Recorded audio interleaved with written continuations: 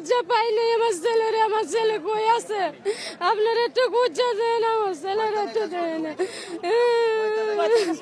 দোতলা তো শুধু আমরা একটা শব্দ পেলাম বিস্ফোরণ। একটা বিস্ফোরণ হলো, বিস্ফোরণে আমাদের জানলা গ্লাসগুলো সব ভাইঙ্গা মনে করেন যে পুরা ভিতরে ঢুকে গেল আমার বিল্ডিংয়ের, মানে আমার যে ফ্লোরের, মানে পুরো ফ্লোরটা 5-7 সেকেন্ডের ভিতরে অন্ধকার হয়ে গেল। গ্যাসে বা ধুমায় যেটাই হোক, মানে আর নিঃশ্বাস নেওয়ার মতন কোনো অবস্থান ছিল না। আমরা যে মানে দোতলা থেকে যে নিচে বের হবো এই অবস্থান নাই। নিচে যে আমাদের মনে করেন যে আমার মোটরসাইকেল ছিল, আমরা তখন 5 মিনিট আমাদের যেগুলো আমার কাছে 4-5 জন ছিল এদেরকে করলাম কি আমার অফিস রুমের ওয়াশরুমে ঢুকাইলাম আমি সহকারে। ঢুকে ওখানে 5 মিনিটের মতন ছিলাম, তারপরে দেখছি যে আর ওখানেও টিকতে পারতেছি না। পরে এই অন্ধকারের ভিতরে আসছে, আমাদের গেটের নিচে আমার মোটরসাইকেল ছিল। 5 মিনিটের ভিতরে বেরিয়ে দেখি যে মোটরসাইকেলটা পুরা শেষ। মানে এখানে হলো যে আমার বিল্ডিংটার পাশে একটা ওয়াশ, বাম পাশেও একটা ওয়াশ, ডান পাশেও একটা ওয়াশ, আবার হলো সামনে অপোজিটে একটা কেমিক্যাল ফ্যাক্টরি, তার পাশে একটা ওয়াশ। তো তাদের গ্যাস সিলিন্ডারগুলো মানে তারা ওই যে আলাদা গ্যাস কিনে ব্যবহার করে তো ওয়াশের জন্য, বয়লার চালানোর জন্য। তো ওনাদের এক একটা গাড়িতে 5-7টা করে বড় বড় থাকে, সিলিন্ডার থাকে, ওই যে ভ্যান গাড়ি সিস্টেমে। আহত তো অনেকেই হয়েছে, তবে অনেকেই বের হইতে পারছে, হয়তো বা কয়েকজনের মানে 3 তলার যে লোকগুলো ছিল এগুলোর সবগুলোর তথ্য এখনো পাওয়া যায় নাই। বোনের ছেলে এই 3 নম্বর ওরা 3 তলা কাজ করে বলে। তো আমি এই সকালে 9টা বাজেছি কামের তো নেই, আমি হবে আইলাম।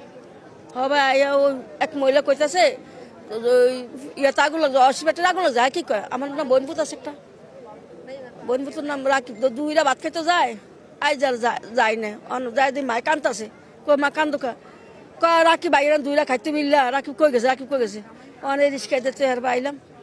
এই যে অবশ্য অনেক মানুষ মজা গেছে, অনেক মানুষ অনেক কথা কইতে আছে, আমার রাখিবে ভাইতেছি না। আমাদের সার্চিং অপারেশন চলছে।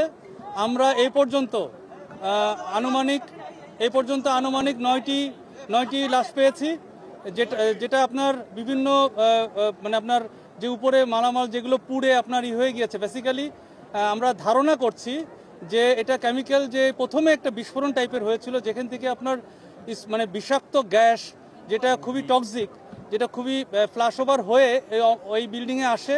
আমরা ধারণা করছি কিন্তু বিষয়টা যে এইটা ইনহেল করে তাৎক্ষণিক ইনারা হয়তো মৃত্যুবরণ করেছেন আমরা ধারণা করছি, এবং এই কারণে ওনারা হয়তো সরতে পারেন নাই। বাট অনেকেই আমরা যখন আসছিলাম, আমাদের অন্যান্য ফায়ার ফাইটার যারা ফার্স্ট রেসপন্ডার, তাদের থেকে আমরা যখন শুনলাম যে তারা অনেকেই চলে যেতে পেরেছে, বাট ইনারা হয়তো টক্সিক গ্যাস ইনহেল করেই ওখানে আপনার মৃত্যুবরণ করেছে বলে আমরা ধারণা করছি। তবে এটা বিস্তারিত অবশ্যই তদন্ত করে জানা যাবে।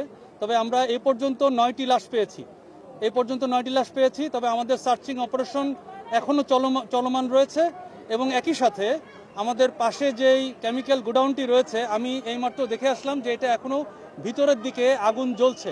সুতরাং এটা কিন্তু আসলে রিস্কি।